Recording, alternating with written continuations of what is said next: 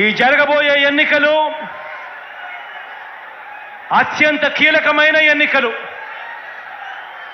ఈ ఎన్నికలు అయిపోయిన తర్వాత చంద్రబాబు నాయుడు గారి వయసు ఇప్పటికే 75. ఈ ఎన్నికలు అయిపోయిన తర్వాత చంద్రబాబు నాయుడు గారి వయసు 80కి పోతుంది. ఈ ఎన్నికలు అయిపోయిన తర్వాత ఇక తెలుగుదేశం పార్టీ రూపురేఖలు కూడా ఎక్కడ కనిపించవు. ఈ ఎన్నికలు అందుకనే చాలా కీలకం. ఈ ఎన్నికల్లో అందుకే వాళ్ళంతా కూడా పెత్తందారులంతా కూడా ఏకమవుతా ఉన్నారు. అందుకే వాళ్ళంతా కూడా తోడేళ్లుగా అందరూ కూడా ఏకమవుతా ఉన్నారు. మనం యుద్ధం చేస్తా ఉన్నది ఒక చంద్రబాబు నాయుడు గారు ఒక్కరితో మాత్రమే కాదు. ఒక ఈనాడుతో యుద్ధం చేస్తా ఉన్నాం, ఒక ఆంధ్రజ్యోతితో యుద్ధం చేస్తా ఉన్నాం, ఒక TV5తో యుద్ధం చేస్తా ఉన్నాం. వీరందరికీ తోడు ఒక దత్తపుత్రుడితో కూడా యుద్ధం చేస్తా ఉన్నాం. ఇంతమంది తోడేళ్ళు ఏకమవుతా ఉన్నారు. ఈ చంద్రబాబు నాయుడు గారు ఇంతమంది తోడేళ్ళు సరిపోరు అని జాతీయ పార్టీలు కూడా పరోక్షంగా ఒకరితోనూ ప్రత్యక్షంగానూ మరొకరితోనూ కూడా వెంపర్లాడుతూ ఉన్నాడు, వారిని కూడా పొత్తులోకి తెచ్చుకునేందుకు. ఇంతమందితో చంద్రబాబు నాయుడు గారు కేవలం ఒకే ఒక్కడి మీద యుద్ధం చేయడానికి ఇంతమంది తోడేళ్ళందరూ కూడా ఏకమవుతా ఉన్నారు. ఆలోచన చేయమని అడుగుతా ఉన్నాను. అందుకే ఈ ఎన్నికలు చాలా కీలకం.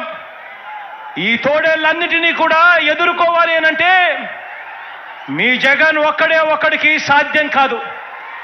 మీ జగన్కు మీ ప్రతి గుండె తోడుగా నిలబడాలి. మీ జగన్కు ప్రతి ఇంట్లో ఉన్న ప్రతి అక్క చెల్లెమ్మ, ప్రతి ఇంట్లో ఉన్న ప్రతి అవ్వాతాత, ప్రతి ఇంట్లో ఉన్న ప్రతి తల్లి తండ్రి, ప్రతి ఇంట్లో ఉన్న ప్రతి రైతన్న కూడా మీ జగన్కు తోడుగా స్టార్ క్యాంపెయినర్గా బయటికి రావాల్సిన అవసరం ఎంతైనా ఉంది. ఈరోజు నేను చెప్తా ఉన్నాను, ఈ ఎన్నికలు ఆషామాషి ఎన్నికలు కాదు. ఈ ఎన్నికల్లో మనం వేసే ఓటు రేపొద్దున పేదవాడి భవిష్యత్తును, రేపొద్దున పేదవాడి జీవితాన్ని నిర్ణయించే ఓటు అవుతుంది ఇది అని చెప్పి ఈ సందర్భంగా ఖచ్చితంగా ప్రతి ఒక్కరికి తెలియజేస్తా ఉన్నాను. పొరపాటు జరిగింది ఏనంటే పేదవాడు అతలాకుతలం అవుతాయి పేదవాడి బతుకులు అన్నది ప్రతి ఒక్కరూ కూడా గుర్తుపెట్టుకోండి. పేదవాడు బాగుపడాలంటే పేదవాడి భవిష్యత్ మారాలి అనంటే ఆ పేదవాడి పిల్లాడు రేపొద్దున 10 సంవత్సరాలకో 15 సంవత్సరాలకో అనర్గళంగా ఇంగ్లీష్ మాట్లాడుతూ పెత్తందారుల పిల్లలతో పోటీ పడుతూ ప్రపంచంలో ఉన్న పెద్ద కంపెనీలలో ఉద్యోగాలు సంపాదించుకోవాలి అంటే ఈ జరగబోయే ఎన్నికలు అత్యంత కీలకం అన్నది ప్రతి ఒక్కరూ కూడా గుర్తుపెట్టుకోండి. ఆ పేదవాడందరూ కూడా ఏకం కావాలి. పేదవాడి ప్రతి గుండె ఏకం కావాలి.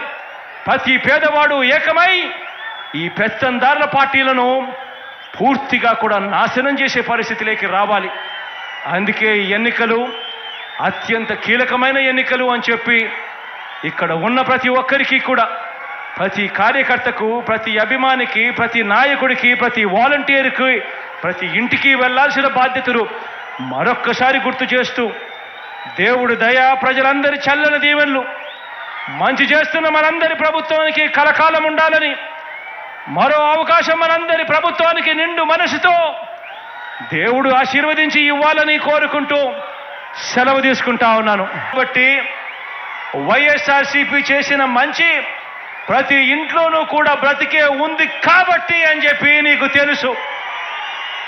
ప్రతి గ్రామానికి మంచి జరిగింది, ప్రతి సామాజిక వర్గానికి మంచి జరిగింది కాబట్టి ప్రతి పేదవాడు కూడా తన గుండెల్లో జగన్ను పెట్టుకున్నాడని, వైఎస్ఆర్ కాంగ్రెస్ పార్టీని ప్రతి పేదవాడు కూడా తన గుండెల్లో పెట్టుకున్నాడు కాబట్టి ఈరోజు చంద్రబాబు నాయుడు గారి గుండెల్లో రైళ్లు పరిగెత్తా ఉన్నాయని కూడా ఈ సందర్భంగా తెలియజేస్తా ఉన్నాను.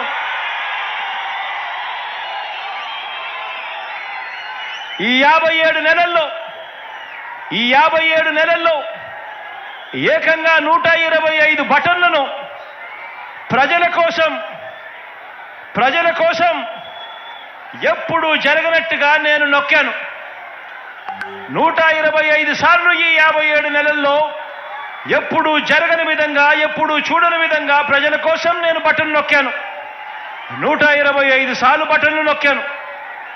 ఏకంగా 2,55,000 కోట్ల రూపాయలు నేరుగా ఈ బటన్లు నొక్కి నా అక్క చెల్లెమ్మల కుటుంబాల ఖాతాలకు వెళ్ళింది.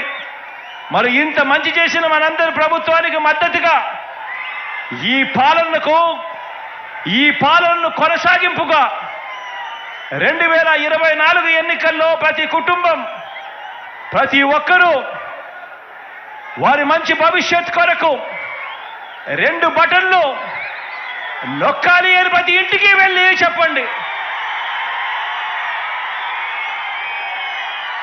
ప్రతి ఇంటికి వెళ్ళి చెప్పండి. ఒకటి అసెంబ్లీకి, ఒకటి పార్లమెంటుకు, ఒకటి అసెంబ్లీకి, ఒకటి పార్లమెంటుకు ఫ్యాన్ మీద నొక్కితే మీరు గత ఎన్నికల్లో బటన్ నొక్కి పెట్టెలో బంధించిన చంద్రముఖి బెడద ఇక శాశ్వతంగా మీకు ఉండదు. పొరపాటు చేశారు అనంటే చంద్రముఖి మళ్ళీ సైకిల్ ఎక్కుతుంది,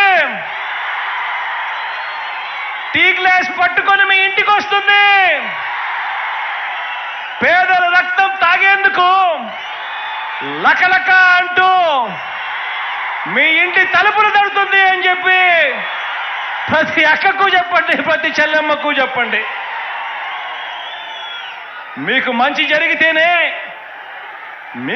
జరిగితేనే నాకు ఓటు వేయండి అని, ఆ మంచి జరిగి ఉంటే మీ బిడ్డకు తోడుగా మీరే సైనికుల్లా నిలబడండి అని ప్రతి ఇంటికి వెళ్ళి నిబద్ధతతో చెప్పి ఎన్నికలకు సిద్ధమని చెప్పి మనమంటూ ఉంటే, ఇంత నిబద్ధతతో మంచి చేసి ఎన్నికలకు సిద్ధమని మనమంటూ ఉంటే, మరో వంక బాబు పేదల ఇంటికి కానీ, పేదల సామాజిక వర్గాలకు కానీ, గ్రామానికి కానీ, రాష్ట్రానికి కానీ ఏం చేశాడో చెప్పుకునేందుకు ఒక్కటంటే ఒక్కటి కూడా కనిపించని పరిస్థితుల్లో చంద్రబాబు నాయుడు గారు ఉంటే, అటువంటి చంద్రబాబు నాయుడు గారు తాను కూడా పోస్టర్లు వేయిస్తాడు. సంసిద్ధం, మేము సిద్ధము అని చెప్పి ఈ మనిషి పోస్టర్లు వేయిస్తాడు. నేను అడుగుతా ఉన్నాను, ప్రజలకు ఏ మంచి చేయకుండా దేనికయ్యా సంసిద్ధము అని అడుగుతా ఉన్నా.